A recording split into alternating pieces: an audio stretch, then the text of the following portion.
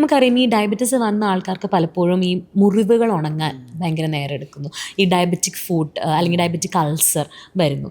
അതിനെക്കുറിച്ച് എന്താണ് സർ പറയുന്നത്? ഡയബറ്റിക് ഫുഡ് പിന്നെ കാലിലേക്കുള്ള രക്തധമനികൾ ബ്ലോക്ക് വന്നിട്ട് പിന്നെ ഡയബറ്റീസുകാർക്ക് ഒരുപാട് പ്രശ്നങ്ങളുണ്ട്. അത് നമ്മൾ വിചാരിക്കുന്ന പോലെയല്ല. ഇപ്പം ഡയബറ്റീസ് ഉള്ള ഒരു വ്യക്തി കാലിൽ മുറിവ് വരുമ്പോഴാണ് അത് നമ്മൾ പുറത്തേക്ക് കാണുന്നത്. പക്ഷേ ഈ രക്തധമനികളുടെ ബ്ലോക്ക്, പെരിഫറൽ ആർട്ടീരിയൽ ഡിസീസ് എന്നാണ് പറയാം, അത് ഒരുവിധം നല്ലൊരു ശതമാനം ആളുകൾക്കും ഡയബറ്റീസുകാർക്ക് ഉണ്ടാവും. അത് ഒളിഞ്ഞിങ്ങനെ ഇരിക്കും. ചില ആളുകൾക്ക് നടക്കുന്ന സമയത്ത് കാലിലെ മാംസപേശികളുടെ ഒരു പിടുത്തം പോലെയൊക്കെ തോന്നും. പക്ഷേ ഭൂരിപക്ഷം ആളുകൾക്കും കടച്ചിൽ, ചെറിയ അസ്വസ്ഥത, തരിപ്പ്. അപ്പം സ്വാഭാവികമായിട്ടും നമ്മൾ ഡയബറ്റീസ് ഉള്ള ആളാകുമ്പോൾ അത് നാഡികളുടെ പ്രശ്നം, ന്യൂറോപ്പതി ആണെന്ന് തെറ്റിദ്ധരിക്കും, വിചാരിക്കും. പക്ഷേ പല ആളുകൾക്കും ഇത് കമ്പൈൻഡ് ആയിരിക്കും, ഒരുമിച്ചുണ്ടാവും. നാഡികളുടെ പ്രശ്നം ഉണ്ടാകും, രക്തക്കുഴലിൻ്റെ ഉണ്ടാകും. പ്രശ്നം വരിക, മുറിവ് വരുന്നു. ആ മുറിവ് അതിൻ്റെ വേദന അയാൾ അറിയുന്നില്ല, കാരണം ന്യൂറോപ്പതി ഉണ്ട് ഡയബറ്റീസുകാരൻ. അപ്പോൾ സ്വാഭാവികമായിട്ടും അതിൻ്റെ ഒരു ട്രീറ്റ്മെൻറ്റ് അയാളുടെ ശ്രദ്ധയിൽ വരില്ല. 2-3 ദിവസം അല്ലെങ്കിൽ ഒരാഴ്ചയൊക്കെ കഴിഞ്ഞ് അയാൾ ആ മുറിവ് ശ്രദ്ധിക്കുമ്പോഴേക്കും അതിനകത്ത് ഇൻഫെക്ഷൻ കയറിയിട്ടുണ്ടാകും. പിന്നെ അത് അതിൻ്റെ ഉള്ളിലേക്ക് ഇങ്ങനെ കയറി വന്ന് ആ ഭാഗത്തേക്ക് രക്തയോട്ടം കിട്ടാത്തത് കൊണ്ട് പിന്നെ രക്തത്തിലൂടെ വരേണ്ട ഒരു മുറിവ് ഉണക്കാൻ വേണ്ട കുറേ പ്രോട്ടീൻസ്, വൈറ്റമിൻസ് ഒന്നും അവിടേക്ക് എത്തുന്നില്ല. അത് കാരണം ആ മുറിവ് നമ്മുടെ പിടുത്തം തരാതെ അതിങ്ങനെ കൂടിക്കൂടി വരുന്നു. അൾട്ടിമേറ്റ്ലി ആ കാല് അല്ലെങ്കിൽ വിരൽ നമുക്ക് നഷ്ടപ്പെടുകയാണ്. ഇത് വളരെ സാധാരണയായിട്ട് കാണുന്നുണ്ട്. ഡോക്ടർ പറഞ്ഞ പോലെ ഇതും ഏർലി സ്റ്റേജിൽ അവഗണിക്കുന്ന കാരണം കൊണ്ട് വരുന്നതാണ്. ഒരു മുറിവ് സ്റ്റാർട്ട് ചെയ്യുമ്പോൾ തന്നെ നമ്മളത് കെയർ ചെയ്തിട്ടുണ്ടെങ്കിൽ, അതല്ലെങ്കിൽ ഈ പെരിഫറൽ ആർട്ടീരിയൽ ഡിസീസ് മുറിവ് വരുന്നതിന് മുമ്പ് കണ്ടുപിടിച്ചിട്ടുണ്ടെങ്കിൽ നമുക്ക് എല്ലാം പ്രിവെൻറ്റ് ചെയ്യാൻ പറ്റും.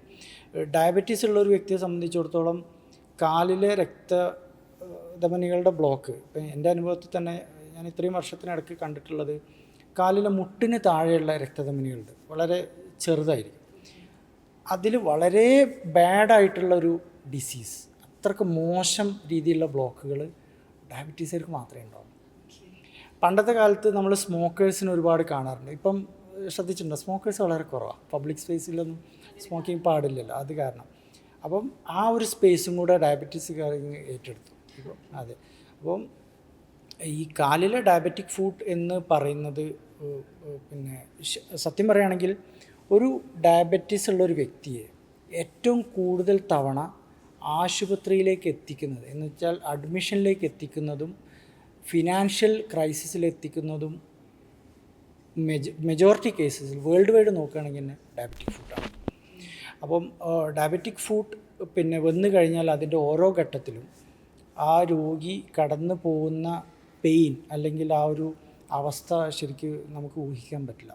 അതൊരു വളരെ പെയിൻഫുള്ളാണ്. രോഗിയുടെ ബൈസ്റ്റാൻഡറെ സംബന്ധിച്ചിടത്തോളം വലിയൊരു ട്രോമാറ്റിക് പ്രോസസ്സാണത്.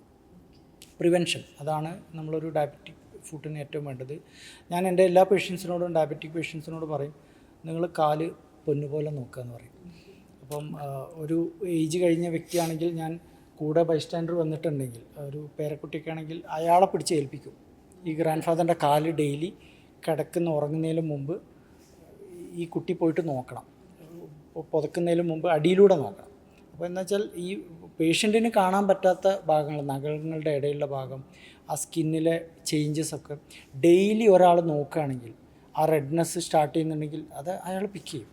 പേഷ്യൻ്റ് അല്ല പിക്ക് ചെയ്യും, കൂടെയുള്ള ആളാണ് പിക്ക് ചെയ്യുക. അപ്പം ഡയബറ്റിക് ഫുഡിൽ ശരിക്കും ബൈസ്റ്റാൻഡർ എഡ്യൂക്കേഷൻ അല്ലെങ്കിൽ ബൈസ്റ്റാൻഡറുടെ ഒരു റോള് ഭയങ്കര ഇമ്പോർട്ടൻ്റ് ആണ്. ഡോക്ടർ അനിൽ ഇത് പറഞ്ഞാൽ ഒരു പോയിന്റ് പറയാം. ഒരു ഫേമസ് എൻഡോക്രിനോളജിസ്റ്റ് ഉണ്ട് US ആൻ പീറ്റേഴ്സ് എന്ന് പറഞ്ഞിട്ട്, അവർ ഒരു ആർട്ടിക്കിൾ എഴുതിയിട്ടുണ്ടായിരുന്നു.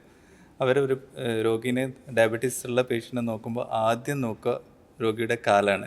ഷൂ അഴിക്കും, കാല് നോക്കും. കാരണം it's A marker of there health. നമുക്ക് കാല് നോക്കി അറിയാൻ പറ്റും എത്ര സർക്കുലേഷൻ എഫക്റ്റഡ് ആയിട്ടുണ്ട്, ന്യൂറോപ്പതി ഉണ്ടോ.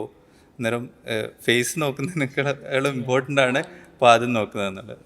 അതുപോലെ തന്നെ ഡോക്ടർ അനിൽ സലീം പറഞ്ഞ പല കാര്യങ്ങളെന്ന് വെച്ചാൽ രക്തക്കുഴലിൻ്റെ ബ്ലോക്കുള്ള കണ്ടുപിടിക്കുന്ന പോലെ തന്നെ പ്രധാനമുള്ള കാര്യമാണ് ഈ കാലിൽ ഇടുന്ന ഫുട്വെയർ എങ്ങനെയാണെന്നുള്ളത്. പലപ്പോഴും ഹവായി ചപ്പലൊക്കെ ഇട്ടിട്ടാണ് നടക്കുക, പക്ഷേ അതിന് ശരിയായ രീതിയിലുള്ള പാദപരിരക്ഷയ്ക്ക് വേണ്ടിയിട്ടുള്ള നിർദ്ദേശങ്ങൾ പാലിക്കണം. കാരണം ഫുട്വെയർ എപ്പോഴും ഫുൾ ക്ലോസ്ഡ് ആയിരിക്കണം. നമ്മൾക്ക് സ്ട്രാപ്പ് ചെയ്യുന്നതിൻ്റെ മെറ്റാലിക് പാർട്സ് ഒഴിവാക്കണം. സോള് കുറച്ച് തിക്കായിരിക്കണം. എപ്പോഴും നമ്മൾ ചെരുപ്പിടുമ്പോൾ ചെരുപ്പിൻ്റെ അകം നോക്കണം. എന്തെങ്കിലും ഇവർക്ക് സെൻസേഷൻ ഇല്ലാത്തതുകൊണ്ട് നീഡിൽസൊക്കെ കയറാനുള്ള സാധ്യതയുണ്ട്. അപ്പോൾ പിന്നെ പാദം മിറർ വെച്ച് നോക്കുക, അല്ലെങ്കിൽ രോഗിയുടെ ബൈസ്റ്റാൻഡറിനെ കൊണ്ട് എപ്പോഴും നോക്കിപ്പിക്കണം. ഇതൊക്കെ ചെയ്തു കഴിഞ്ഞാൽ നമുക്ക് പലപ്പോഴും ഡയബറ്റിക് ഫുഡ് വളരെ ബുദ്ധിമുട്ടുണ്ടാക്കുന്ന കാര്യമാണ്. വെച്ചാൽ ഒരു ചെരുപ്പ് മേടിക്കാനൊക്കെ ഉള്ള നമ്മൾ അതിന് പിശിക്കുകയാണെങ്കിലുള്ള പ്രശ്നം എന്ന് വെച്ചാൽ ഈ ഒരു ഫുഡായിട്ട് ഒരു ദിവസം ആൻറ്റിബയോട്ടിക് ഇഞ്ചെക്ഷൻസൊക്കെ എടുക്കണമെങ്കിൽ വളരെ മോശമായി കഴിഞ്ഞാൽ ആ സ്പെൻഡ് ചെയ്യുന്ന എമൗണ്ട് ഇതിനേക്കാളും 10-20 മടങ്ങ് കൂടുതലായിരിക്കും. അത് വളരെ അതാണ് prevention is better than cure എന്ന് പറയുന്നതിൻ്റെ ഏറ്റവും പ്രധാനപ്പെട്ട കാര്യം.